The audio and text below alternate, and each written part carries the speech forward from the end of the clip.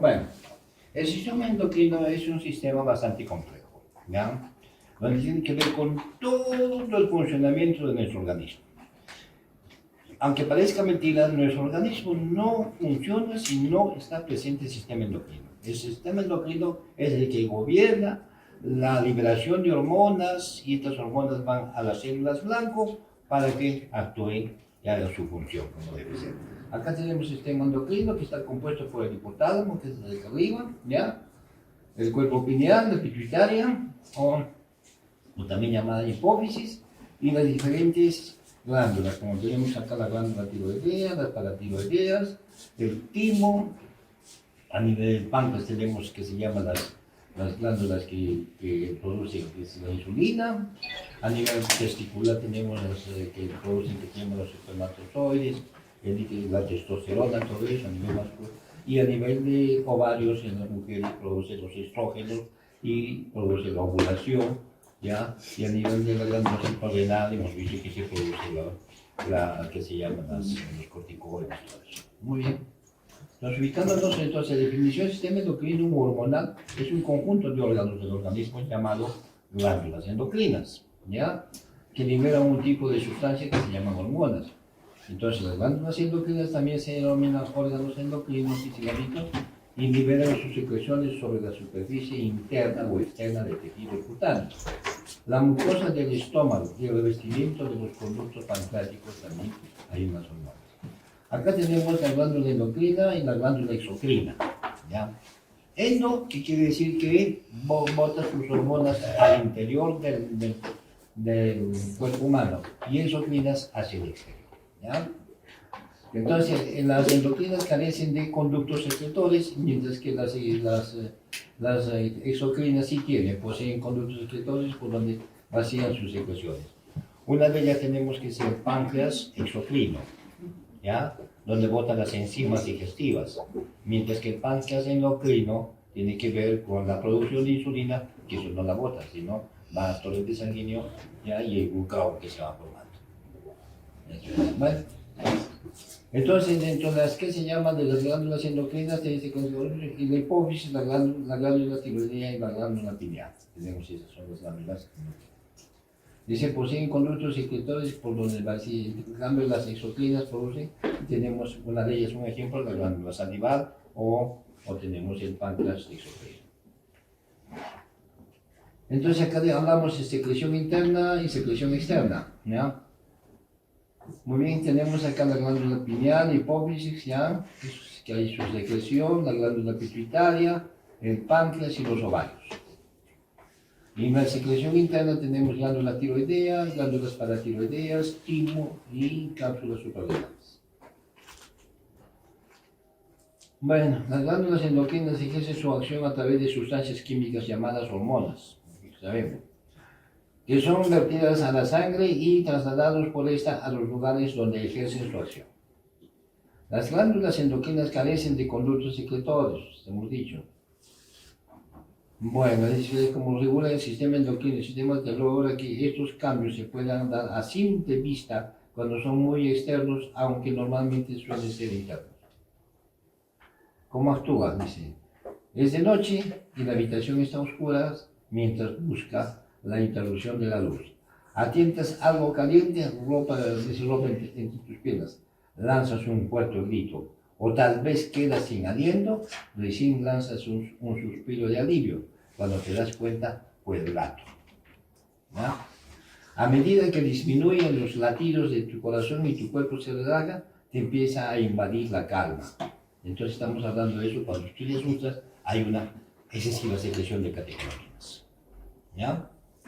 Tal vez en forma un tanto más común, cuando vas por la calle y al pasar por un lado de un portón, un perro grande corre dentro, desde adentro a la casa hasta llegar al portón y entonces gritas o solo saltas de miedo. Estos son los hechos que existen relacionados con el grupo D que logran cambiar el estado de los órganos.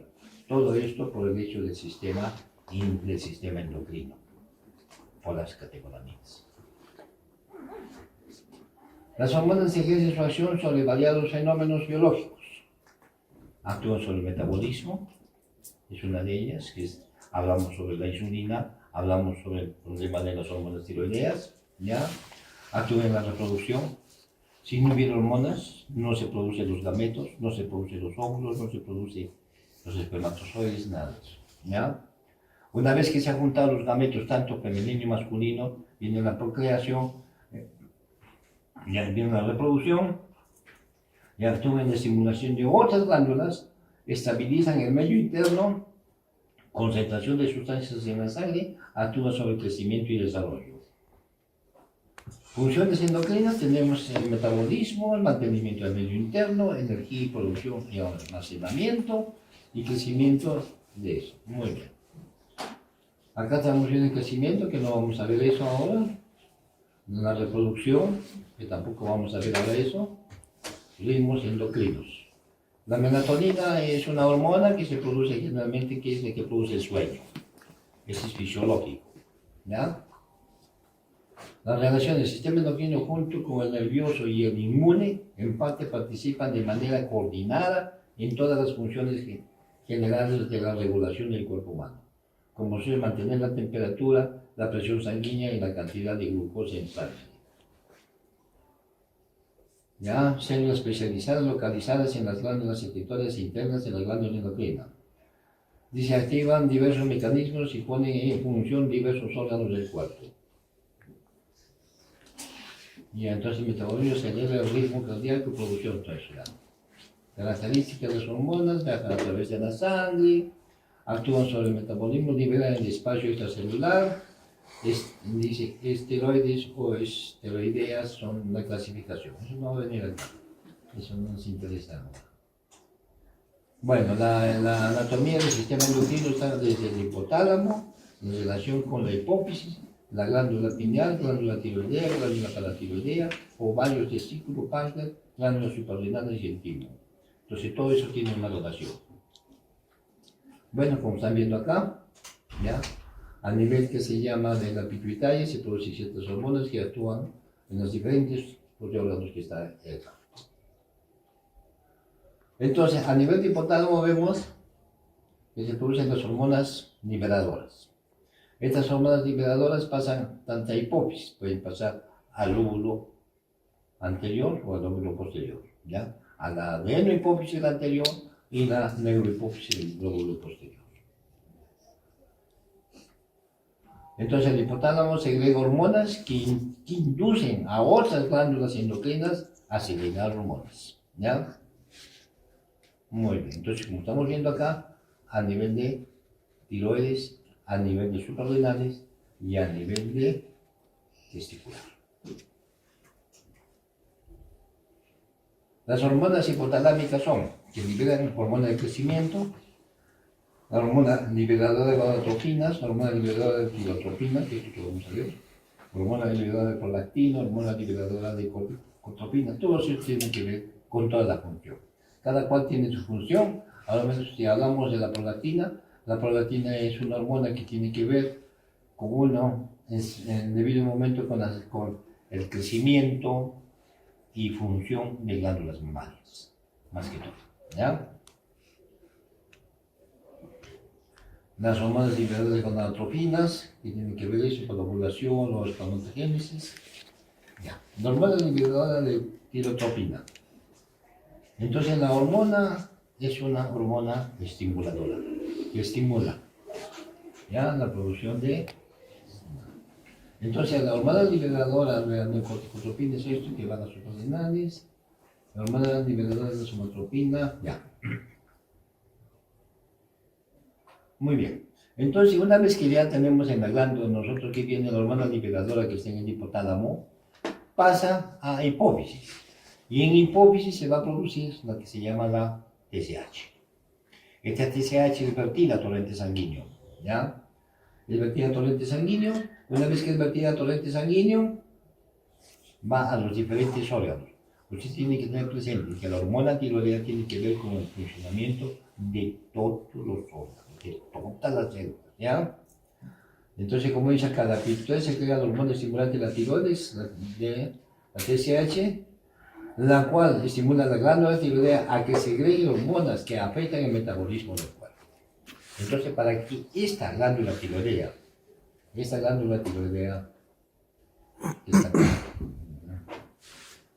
para que puedas producir la hormona tiroidea, tiene que tener un sustrato. Este sustrato es el yodo orgánico. Si no tiene yodo orgánico, no puede producir hormonas tiroideas. Y es por eso, cuando hablamos en patología, decimos hay una patología, hay un bocio difuso que es porque no hay producción de hormona tiroidea, porque no hay sustrato, no hay yodo. Antes eso pasaba, ahora ya no, porque inteligentemente se comenzó a yodar la sal. ¿Quién no come sal? Todo el mundo. Ya entonces tienen yodo ahí. Entonces, por deficiencia de sustrato, ya no debe haber hipotiroidismo. ¿Ya? Entonces, una vez que nosotros ingerimos yodo inorgánico, ¿ya? Ingerimos, esta para poder entrar a la glándula tiroidea tiene que organificar. Una vez que se organifica este yodo, ¿ya? De ahí se va a producir las monoyodotironinas, las diyodotironinas, que van a ser para producir la T3 y la T4. Eso se va a producir ¿dónde? En los ribosomas. Entonces, una vez que se producen los ribosomas, pasa a almacenarse en el aparato de Golgi. Y cuando es necesario, se saca la hormona tiroidea al torrente sanguíneo. Pero tiene que tener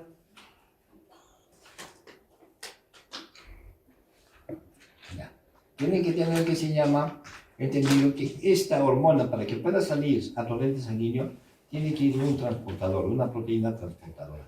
Está pegada, o digamos es un carrito que se muestra la hormona tiroidea y sale a torrente sanguíneo y va a todos los órganos. Mientras esté pegada esta hormona tiroidea a su proteína, no actúa. Entonces tiene que despegarse. Entonces una vez que se despegue, actúa esa T4 y se convierte en T3 y por consiguiente hace su función y desaparece. Esa es la función de las hormonas tiroideas, ¿ya?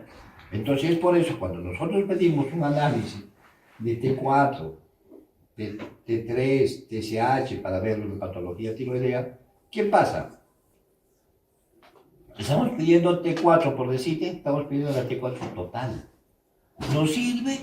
Hasta cierto punto, no. Porque a nosotros nos interesa la hormona tiroidea libre, la que actúa, la T4 libre. ¿Ya? Y es por eso cuando nos mandan la T4, dicen, yo me supongo no eso. ¿Cuál de estas está mal? ¿La libre o la pegada? No sé. Entonces a mí me interesa la T4 libre para ver cómo está actuando, para ver si hay un problema de hiperfunción o no. ¿Ya?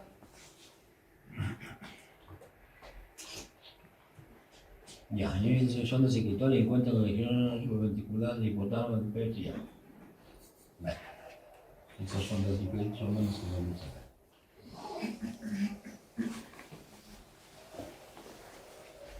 Este es el hipófisis, procesos biológicos, la glándula pituitaria, bueno, acá estamos viendo un instante. La de la hipófisis tiene, las cuales 6 son relevantes para la función fisiológica adecuada del organismo, los cuales se secretan por 5 tipos de células diferentes. Ya. ¿No? Entonces, si nosotros sabemos que a nivel que se llama de hipotálamo hay una hormona liberadora, esta hormona liberadora pasa a hipófisis produce la TSH sale del torrente sanguíneo y llega a la glándula tiroidea, hace que se produzca la hormona tiroidea, sale la hormona tiroidea a torrente sanguíneo. Entonces, los sensores que tenemos a nivel de hipotálamo e hipófisis van sensando la cantidad de hormona que tenemos. Si nosotros tenemos mucha producción de hormona, automáticamente la hormona liberadora y la TSH se suprimen. ¿Ya? Y de esa manera ya no va a producir mucha hormona tiroidea. Entonces de esa manera se regula, es lo que se llama el sistema de feedback negativo. ¿Ya? Y si tenemos que se llama poca hormona tiroidea, entonces automáticamente la hormona liberadora y la TSH van a aumentar para que ordene a la glándula tiroidea a que se produzca más hormona. ¿Ya?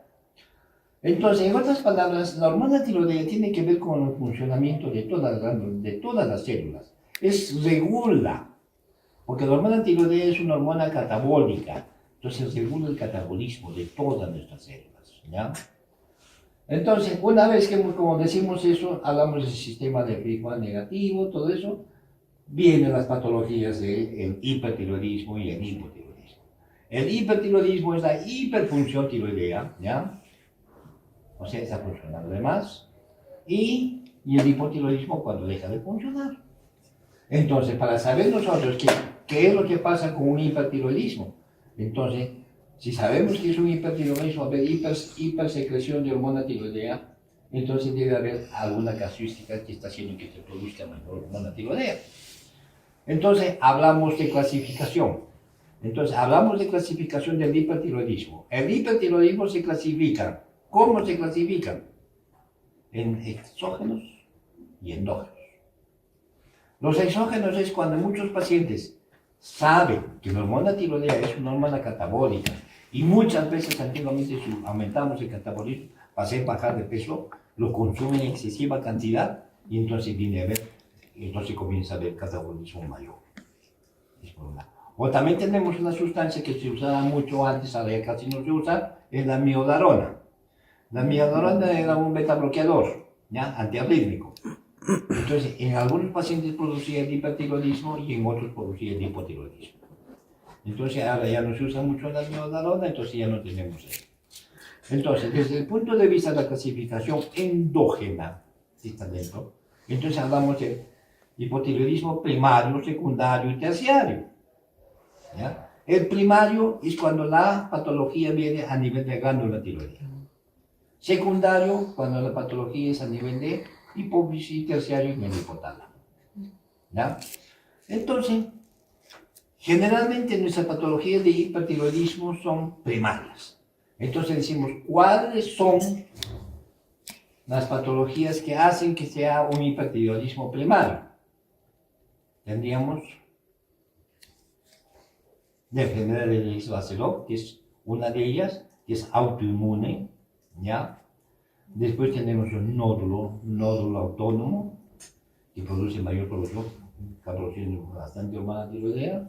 Tenemos problemas de bochos multinodulares, que generalmente son las tiroiditis subagudas, que hace que se produzca también mayor y que se llama función de producción de hormona tiroidea. Y tenemos también otra patología que es ginecológica, que generalmente hay muchas mujeres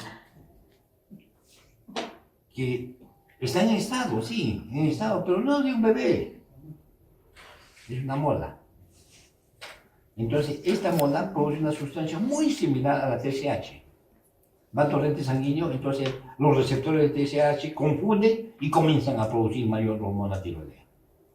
¿Ya? Esa es la clasificación del hipertiroidismo primario. ¿Ya? Y el secundario, cuando puede haber una tumoración o algo de eso a nivel de hipófisis y el terciario a nivel de hipotálamo. ¿Ya? Entonces, una vez que tengamos la clasificación caos primario, entonces la gran mayoría de pacientes con hipertiroidismo tenemos el hipertiroidismo primario. ¿Ya?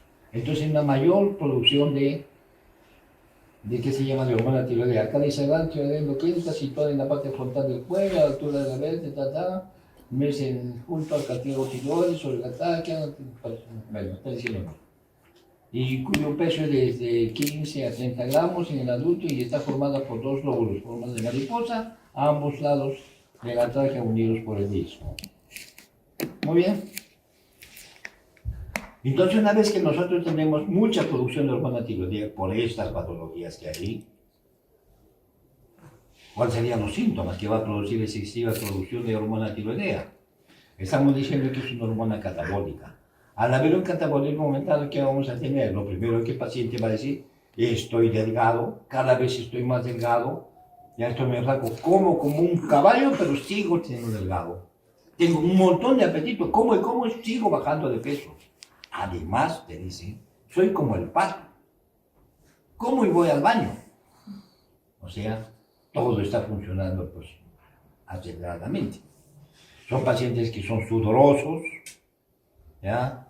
Pacientes sudorosos, pacientes que tienen tremor de manos, tienen taquicardia, Algunos pacientes tienen alteraciones psiquiátricas, son muy violentos.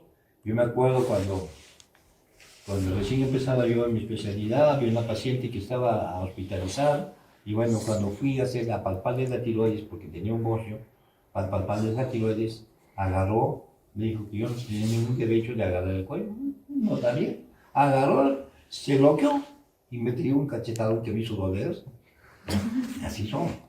Entonces, bueno, paciencia nomás, porque nosotros muchos de estos pacientes los hemos sacado de psiquiatría. No estaban locos, sino era por el problema de la hormona tiroidea. Entonces tienen eso, tienen estos pacientes generalmente, si es mujer, tienen alteraciones menstruales, y si es varón, hay aumento del apetito sexual tanto en mujeres como en hombres, ¿ya? Estos pacientes tienen los reflejos oxigenosos bastante rápidos, son pacientes que tienen una piel fina, sudorosa, caliente. Es cuando ustedes, si alguna vez tengan un hermanito o alguna familia que nació, agarren esa piel del recién nacido, ese tipo de piel tiene el hipertiroidismo, así de finita, ¿ya? Entonces se le cae el pelo, bastante caída de pelo, entonces es lo que manifiesta el paciente, ¿ya? Entonces ustedes van a ver eso, entonces lo miran al paciente, sí, lo ven, lo examinan, entonces ahora ustedes van a ver si tiene bocio o no. Entonces viene acá, ¿qué es el bocio? El bocio viene a ser un crecimiento de glándula tiroidea, nada más. Y hay clasificaciones de bocios. Es importante saber eso. El bocio se clasifica por su función en hiperfuncionantes, normofuncionantes e hipofuncionantes. Por su forma, nodulares, multinodulares y difusos. Por su tamaño, grado 1 es un bocio que no lo miras, no lo palpas y lo descubres por ecografía, ¿ya? El grado 2 es un bocio que sí lo palpas, pero no lo ves. El grado 3 es un bocio que lo miras y lo ves. Y el 4 es un bocio que lo miras, lo ves y hace constricción a estructuras vecinas, hace compresión. Muy bien, esos son los grados de bocio que hay, ¿no?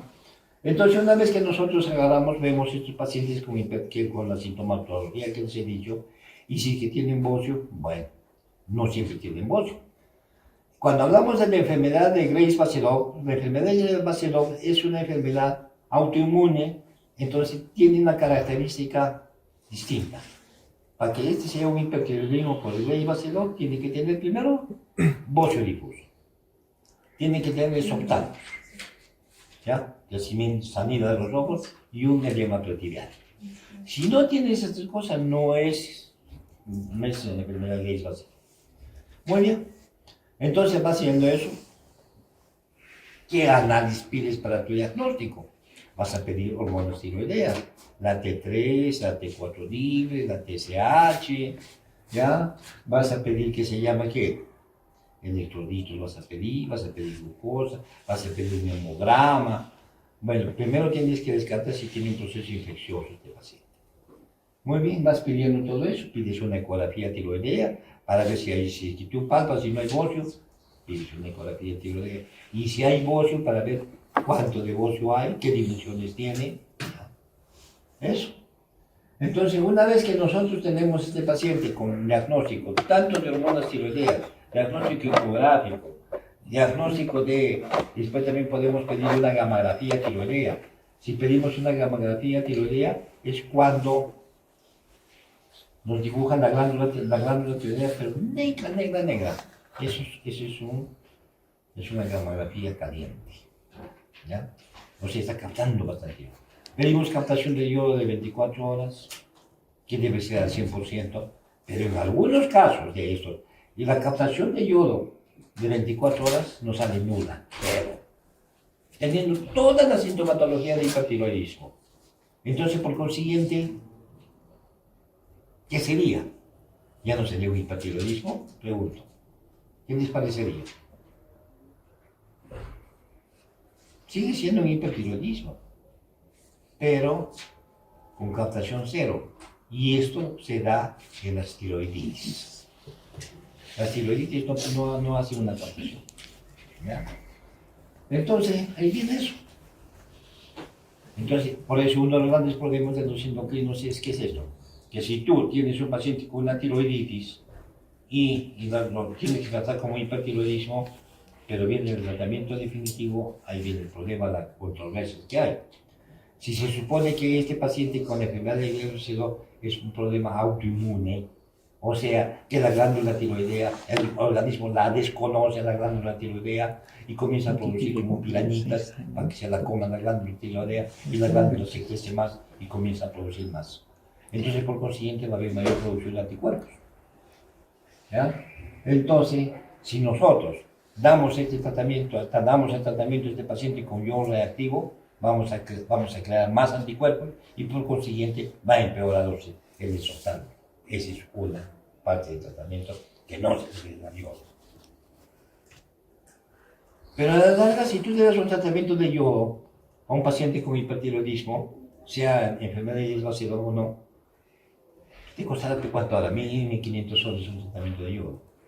Mientras que un tratamiento quirúrgico te cuesta como 8.000 soles. Económicamente es diferente. Bueno, entonces una vez que tú tienes ya tienes al paciente con ¿qué se llama?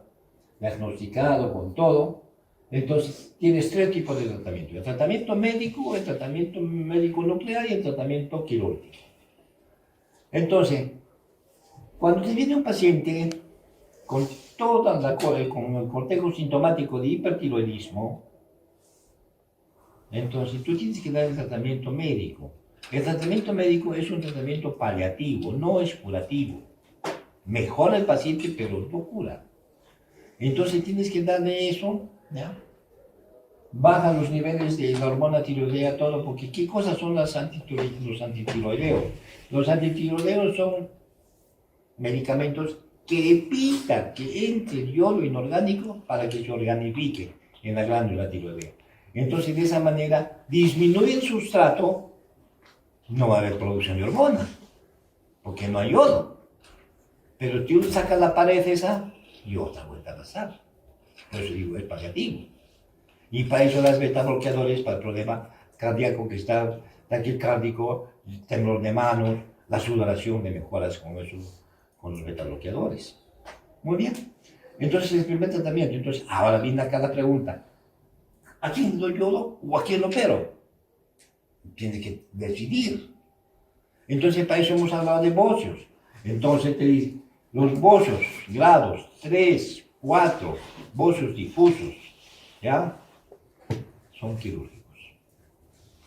Mientras que los demás, los menores bocios que no son de 1, 2 y 3, ¿ya?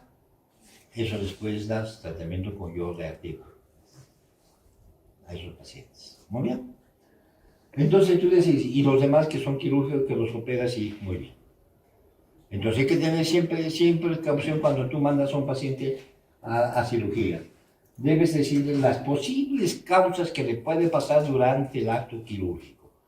Si te vas a operar, primero tú debes estar bien balanceado tus hormonas para que te opere. Porque si no estás compensado, te dan la anestesia, te dan una tormenta tiroidea y te mueres.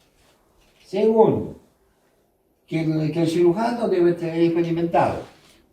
Porque si de repente viene una hemorragia intraoperatoria, o de repente el cirujano comienza a sacar la glándula tiroidea, se lleva las paratiroides, y si no tiene experiencia, agarra, porque eso es el nervio que pasa hacia acá, el nervio recurrente lo corta y te quedas mudo.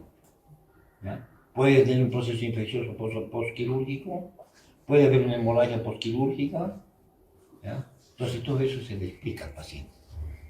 Eso puede pasar. Sabemos que no pasa, pero puede pasar. Como el caso de hoy, me va a contar una paciente que nosotros tuvimos de ese año, era así joven, ¿ya? Vino con su hipertiroidismo, entonces en ese tiempo no disponíamos nosotros de yodo reactivo. Entonces se decidió, ya ¿qué se llama? Se compensó, pasó a cirugía.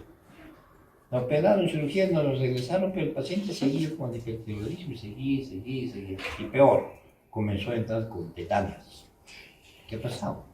Entonces yo dije a los cirujanos, ¿qué ha pasado? ¿El paciente está igual? No, me dijo, hemos operado. Se me ocurre pedir una ecografía nuevamente. ginecología, glándula intacta. No la toca. Pero hacía tetanias. Entonces, bueno, yo pedí una junta médica con ellos y que explicaran la cosa. Entonces, la explicación que no lo hicieron tampoco. Empezaron la operación, comenzaron a sacar la glándula tiroidea, la parte de acá, el cachito. Había alguna complicación, la agarraron, cerraron, la dejaron así. Entonces, el paciente seguía hipertiroidea. En ese cachito que le sacaron, la mala suerte del paciente, porque nosotros lo hacemos con 4 glándulas paratiroideas. 4. Esta nació con una y esa una del cachito se la sacaron. Entonces una paciente que la perjudicaron totalmente hacía tetanias y tetanias y tetanias. Necesitaba con cantidades que se llama de calcio y todo eso. Al final este era profesor y trabajaba en la punta del cerro. Y si no hay una posta ahí, le dan una tetania y se muere, no vamos. Entonces, así pasa. Por eso que se explica todo eso a los pacientes. Entonces, una vez que se les da el tratamiento tanto de yodo como tratamiento quirúrgico, porque el tratamiento médico, muy pocos quedan así normales, pero la mayoría regresan como hipertiroidismo. Los tratamientos definitivos son el yodo reactivo y el yodo y el quirúrgico. Entonces, una vez de eso, cuando puede ser con el yodo, el 98% pasan al hipotiroidismo y con el tratamiento quirúrgico, digamos un 60% puede pasar al tratamiento de hipotiroidismo. Ese es el tratamiento de los pacientes con hipertiroidismo, ¿ya? Digamos ahí. Y después hay que seguir continuando los viendo posteriormente. A la pregunta que siempre se hace, ¿no? ¿Cómo actúa el yodo? ¿Qué hace el yodo? ¿Te han preguntado? ¿Cómo creen que actúa el yodo? ¿Cómo actúa la radiación? Porque es yodo con radiación. Porque tiene radiación beta y gamma.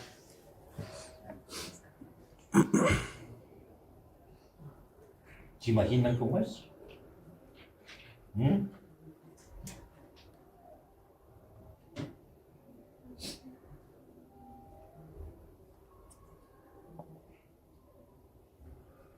Yo siempre pregunté eso, nunca me daban la razón. ¿Cómo? Pues la última vez estoy hablando más o menos de acá unos 7 años, más o menos, el último congreso que fui de medicina nuclear en Alemania, yo pregunté. Y el que me respondió fue un físico nuclear, que se llama iraquí. Y él me dijo, me dijo, yo he trabajado, me dijo, muchos años en Chernobyl, en el reactor atómico que explotó. Entonces me dice, ahí, donde trabajamos en el reactor atómico, había cucarachas, la que tenemos acá, y caminándose por todo el reactor. Nunca les pasó nada a la cucaracha. Y entonces la pregunta venía acá, ¿por qué? Entonces, pues, la que se llama la radiación produce cáncer. Entonces comenzaron a indagar eso, porque resulta que la cucaracha tiene solamente 2% de agua, mientras que el ser humano tiene 80 y tantos % de agua. ¿Y qué hace la radiación beta y gamma? Lo que hace la radiación beta y gamma, que el H2O del agua lo convierte en H2O2, en peróxido de hidrógeno. Y por consiguiente las células mueren por eso. Eso es lo que hay. ¿Ya? Eso por eso damos el tratamiento con yodo. Muy bien, entonces hemos terminado con lo que es el hipertiroidismo. Entonces vamos a irnos al hipotiroidismo. El hipotiroidismo es igual, ¿no? El mismo eje, toda la cosa, y tenemos la clasificación. Igualito, de endógenos y exógenos. Entre los que se llama exógenos, tenemos la miodarona que hemos dicho. ¿Y qué más? Litio. Litio. El litio. ¿No has visto a la García que se mantiene el gordo? Porque ella es hipotiroidismo. Entonces tenemos eso, ¿ya? Muy bien. Y además, los endógenos son primario, secundario, terciario, y antes se hablaba de un cuaternario, pero ahora ya no. El primario es la glándula tiroidea, igualito secundario y tercero además. El cuaternario que decían que era, es porque los receptores de la TSH no la reconocen la TSH. Y como no la reconocen, no hay quien ordene que la producción de hormona tiroidea. Entonces, antiguamente se ha visto que había lo que decíamos es falta de que se llama de yodo, ¿no? Por deficiencia de yodo. Y la zona de cada equipo era una de las zonas donde decían, la zona de los cotosos, decían antiguamente. Donde es el cañón del Colca, por ahí bajaban los pacientes con sus tremendos negocios. Por eso decían cotos, significa. Entonces, todo ese hipotiroideos, todo eso, entonces se vio que había deficiencia de yodo en esa zona porque ellos comían sal, pero sal de mina, no sal violada. Bueno, ya no encontramos eso. Entonces era por deficiencia ¿qué se llama? De yodo, muy poco, poquísimo. Bueno, entonces las primeras causas que puede haber del primario puede ser una, agenesia tiroidea, que nació el paciente sin tiroides. Segundo, pacientes que tienen que se llama tratamiento de radiación, de yodo, pacientes quirúrgicos, pacientes con una tiroiditis, ya el tiroiditis en la tercera etapa. Después,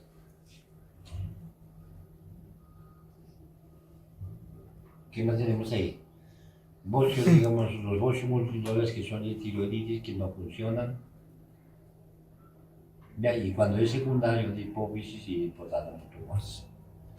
Entonces, una vez que nosotros conocemos la patología, pedimos los análisis de las hormonas, igual que para el hipertiroidismo, todo eso.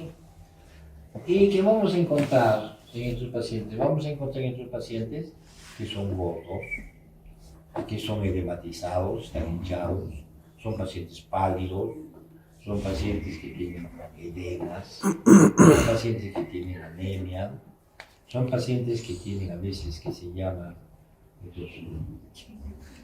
tienen alteraciones menstruales, tienen el apetito sexual está disminuido en ambos, el paciente puede que haya impotencia, disminución del apetito sexual, la memoria está alterada, ¿ya? Se pierde memoria. Y si este es un hipotiroidismo bastante avanzado, hay crecimiento del mismo.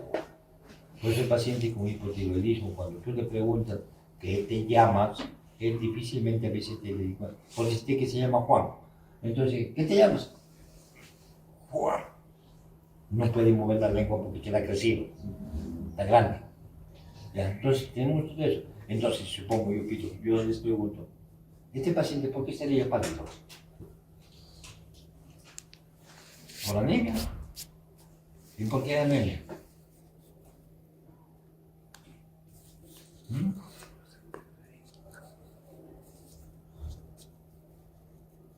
Por déficit de proteínas. ¿Ah? Por déficit de proteínas. Claro, hay un déficit de proteínas porque el catabolismo está disminuido. Y al haber un déficit de proteínas, por consiguiente, vamos a tener edemas. Hasta muchas veces a presentar a la sarca en los pacientes. ¿Ya? Entonces, una vez que ustedes han llegado al diagnóstico, cuál es el paciente con hipotiroidismo y dónde está su problema, entonces, al final, es reposición de la hormona tiroidea. Y a estos pacientes hay que reponerles la hormona tiroidea en forma gradual, de poca dosis a la dosis. ¿Por qué? Porque si nosotros le damos la dosis total que necesita el paciente, se supone que su metabolismo está disminuido. Y tú a aumentar la dosis de hormona tiroidea vas a aumentar el metabolismo en forma brusca, radicalmente. Y como las glándulas suprarrenales están dormidas también, con la cosa que funciona, entonces vamos a entrar en una crisis de insuficiencia suprarrenal aguda. Y el paciente fallece. Llegaste al diagnóstico, todo eso, le das el tratamiento. Eso pasó a mí, yo me recuerdo, yo cuando estuve trabajando, que se llama neoplásicas, es puro cáncer que se ve allá en Lima. Y viene un paciente porque tenía que se llama un hipotiroidismo, pero bien marcado, pues. Que todos pensaban que era neoplasia, le hicieron los estudios, pero no era. Y era como hipotiroidismo. Y el médico jefe ahí dijo, debe pelar de hipotiroidismo, que no sabe, comienzan a imputarse y todo. Entonces, me acuerdo uno de los RTs le dijo, le voy a dar que se llama la dosis tal, tiene que darle pues la dosis que necesita de esto. Entonces, yo tenía conocimiento de eso, digo, pero el doctor le dijo, podemos darle empezar dosis pequeñas. He dicho que se vea la dosis que debe tomar. Al día siguiente muerto el paciente. He dicho que se muera, ¿no? Se murió. Lamentablemente es así. Entonces, por eso que se da esto y lentamente se va dando su dosis total al paciente. Va mejorando su problema de que se llama de sus edemas, la gordura va mejorando, sus menstruaciones van mejorando. Todo va mejorando en los pacientes. De acuerdo a lo que debe ser la cantidad y mantenerlo toda su vida. Y es por eso que muchos pacientes preguntan, ¿hasta cuándo voy a tomar la dosis? Porque yo no puedo estar tomando todos los días. Si tú quieres sentirte como te sentías antes, no tomes. Te estoy explicando por qué debes tomar. No quieres entender, es problema tuyo. ¿Ya? A ver, me digo yo, tú debes tomar tu medicamento, tu levotiroxina, hasta 3 días después que has muerto. Sí les digo yo. Para que sepan que tienen que tomar toda su vida, ¿no? Y me acuerdo de una señora, fue con su hija, la señora tomaba y le dije, ay mami, yo te voy a poner los pastillitos en el cajón para que sigas tomando. Entonces, es así, ¿no? El tratamiento es de por vida en estos pacientes, es un tratamiento crónico, porque la glándula tiroidea, hay casos muy interesantes en esto, ¿no? Porque lo estamos haciendo, digamos, dando rasgos como esto de eso. Yo me acuerdo, cuando también neoplásicas, un paciente que fue operado de columna. Este paciente de columna, lo operaron de los cirujanos y sacaron la tumoración, mandaron patología y patología informó cáncer de tiroides. De ahí se hizo los estudios, no tenía nada acá en la zona tiroidea, nada de eso. Bueno, vino el problema. Tú sabes que allá son los que no pueden equivocarse, si se equivocan te gritan, te dicen lo que sea, ya era así en neoplásicas. Bueno, vino la discusión, al final se llegó a la conclusión que este paciente había nacido con una glándula tiroidea aberrante. Que estaba en columna y se magnetizó en columna, y es por eso que acá no tenía nada. Porque no tenemos pues, marcadores tumorales para los pacientes con patología tiroidea. El único marcador tumoral que tenemos es cuando ya lo operamos, cuando ya fue un cáncer, le sacamos la glándula tiroidea. Ahí sí recién tenemos el marcador tumoral, que es la tiroglobulina. Porque la tiroglobulina es una proteína muy inespecífica. Se aumenta con cualquier cosa. Con un proceso inflamatorio, ¡boom!, se aumenta. Con un otro, ¡boom!, se aumenta. Pues. Entonces, sabemos que el único sitio donde se produce la tiroglobulina es en la glándula tiroidea. ¿No? Y si tú la glándula tiroidea, de cualquier cosa. No del tiroideo, aumento de tamaño focal de la glándula tiroidea y que se distinguen del resto del parénquima, se diagnostica mediante la palpación o ecografía, o puede ser uninodular o multinodular. Supongo que les han dicho eso, ¿no? Ya, entonces acá, desde el punto de vista radiológico, es una lesión radiológicamente distinta al parénquima tiroideo circundante. Es todo. ¿Ya? Acá la prevalencia del nódulo que estamos viendo, es palpable, solamente se palpa 3 al 7%, en ecografía se descubre más, entre el 3 al 68%, y bueno, por tomografía, resonancia magnética, todo lo demás que se va a descubrir. El nódulo tiroideo, estamos viendo que acá dice, la mayoría de los nódulos son asintomáticos, ¿ya? Entre el 4 y 7% de la población adulta tiene un nódulo tiroideo detectable por la población. Estudios de necropsia, prevalencia de un 40%. Tiene nódulos y nadie sabe, murió de otra cosa, pero no hizo nada. Entonces la prevalencia aumenta literalmente con la edad. Mientras más edad, más aumenta los nódulos tiroideos. El nódulo tiroideo, factores de riesgo. Radiación en el cuello, ¿ya? La edad, el sexo, el embarazo, todo eso tiene que se llama factores de riesgo. de etiología pueden ser benignos, ¿ya? Como dice hiperplasia adenomatosa, o tumores de bajo riesgo, ¿ya? Malignos tenemos primarios, como las células foliculares y las células papilares, el cáncer medular, el linfoma y el metástasis de tumores. ¿Ya? Infrecuentes tenemos abscesos infiltrativos, granulomatosis, quistes dermoides. Es rarísimo. Infiltrancia clínica, posibilidad de dar síntomas compresivos o disfunción tiroidea. ¿Ya? Posibilidad que sea cáncer de tiroides, como no. Estamos hablando de nódulos. En ese momento, al final, un nódulo puede llegar a ser cáncer, como no. El nódulo tiroideo dice evaluación debe realizarse historia clínica, bien, ya anamnesis, historia, factores de riesgo de cáncer tiroideo, manifestaciones compresivas, ASR físico característico, tomar tamaño, consistencia, adherencias y adenopatías a nivel de cuello. Exámenes complementarios, tenemos laboratorio, TSH, el factor T4 libre, anticuerpos, ya, calcitonina si tenemos un cáncer medular, ya, de tiroides. Se recomienda que se llama una ecografía. En medios más sensibles para detectar lesiones de la glándula tiroidea es el método no invasivo, barato y accesible.